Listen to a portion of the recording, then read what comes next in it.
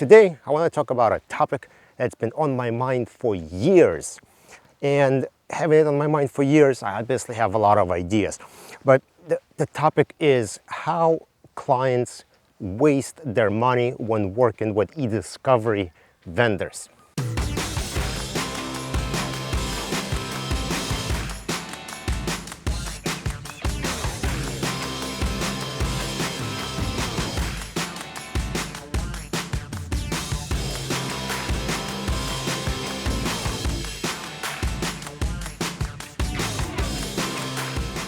There are a lot of times when we get a request from a client and we look at it and it's like, why would you want to do that? That doesn't make any sense, This seems like a difficult way of doing it, or this seems unnecessary, or why are you doing things like that? Like if you just do it sort of like a normal way, the way everyone does it, you could be saving so much time and money. So that's what I want to talk about.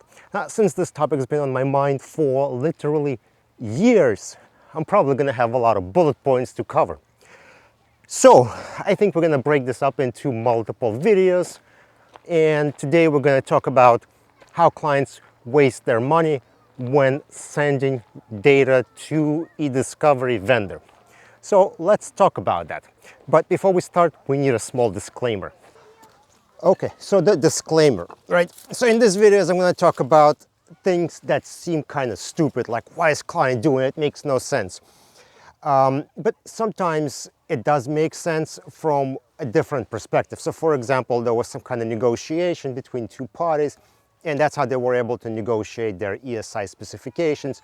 Or maybe judge ordered something and the judge wasn't technical. They said something a certain way, and now both parties trying to comply with how judge said, and they need to do it exactly how they said it. So there was no like wiggle room or somebody saying they did it incorrectly. So that's why these things from a vendor perspective, they seem stupid, unnecessary, weird, but there are situations where they actually required and we still have to follow them. But we're doing this for entertainment, so we'll just make fun of it and yeah, let's do it. Okay, so let's get to the first way of clients waste money when working with e-discovery vendors. So have you had the situation where a client goes like, oh, hey, I got these 50 eDocs to process. Can you just put them in the workspace for me? And you go, sure, you put it in relativity or you process or you send a request, whichever. And then 2 hours later, client goes, oh, I got 10 more files. Could you add those too? And you go, okay, sure. And 1 hour later, they go, oh, I got this one PDF. Yeah, just the final one, That's it, no more data. And you're like, fine. And then, of course, what happens 2 hours later is like, oh, no, I need to do a revision. That PDF was no good. Let's replace it with this one and add 3 more Word documents. You're like, dude. So, of course, something like that is incredibly frustrating to project manager or analyst or whoever's processing because they have to make multiple processing sets, run through the QC steps all the time, all that stuff. But how does it waste money for a client? Well, it depends on the vendor you're working with. They may have minimum charge per processing set. So every time you send a few files over, they will charge you minimum amount of data to process. It could be half a gig, it could be a gig. Again, it varies from vendor to vendor. Also, it varies how nice you are to that vendor. So if you being a jerk, they will charge you processing charge per each one of those sets, or they will tack on like a technical hours to increase the bill.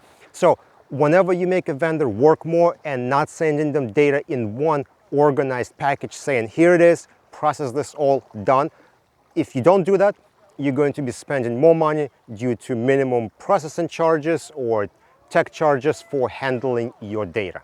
And of course, speaking of time, organizing your data on FTP, like not transferring loose files to FTP or attaching files to an email or uploading loose files to a Dropbox, because there is no convenient way of downloading all the files in bulk. You have to, like for example, from Dropbox, you have to download them one at a time, and if you try to zip them up there, you may exceed the file size. So there are all these little things that increase handling time on the vendor side, and that adds up to cost for you. Now, another way clients waste time and not necessarily money is by using slow hard drives when sending data to e-discovery vendor, especially those with a keypad. Those tend to be really slow, like depends on which version you get. I had a hard drive like that where I was trying to copy over maybe 500,000 images, and it literally took days and days, and the client was going, I need this as soon as possible, how quickly can you do it? And just the copy and process with RoboCopy with the most efficient settings took forever. So yes, using slow hard drives, you're wasting your own time. Put data on the fastest hard drive that you can if the job needs to be loaded quickly. Now, one of my absolutely biggest frustrations and huge money wasters is not getting replacements for bad productions. We often get productions from somebody else, another vendor that clients send it to us to load to our review environment, and there are often problems with it. And the first thing I hear from clients is saying, well, can you fix it? And it's like, why? Why would you ask us to fix the problem that someone else caused when you really should go to the source, to the people who created that production, and have them fix it? A lot of times the problems we get are issues with like a DAT file when fields are shifted or maybe files are missing. And when you try to sort of fix it, you may not be fixing everything. You might be just kind of patching it so it's barely compatible and able to load. Or you might be still missing files, or your fix isn't a fix, it just makes it technically loadable, but the data is still incomplete.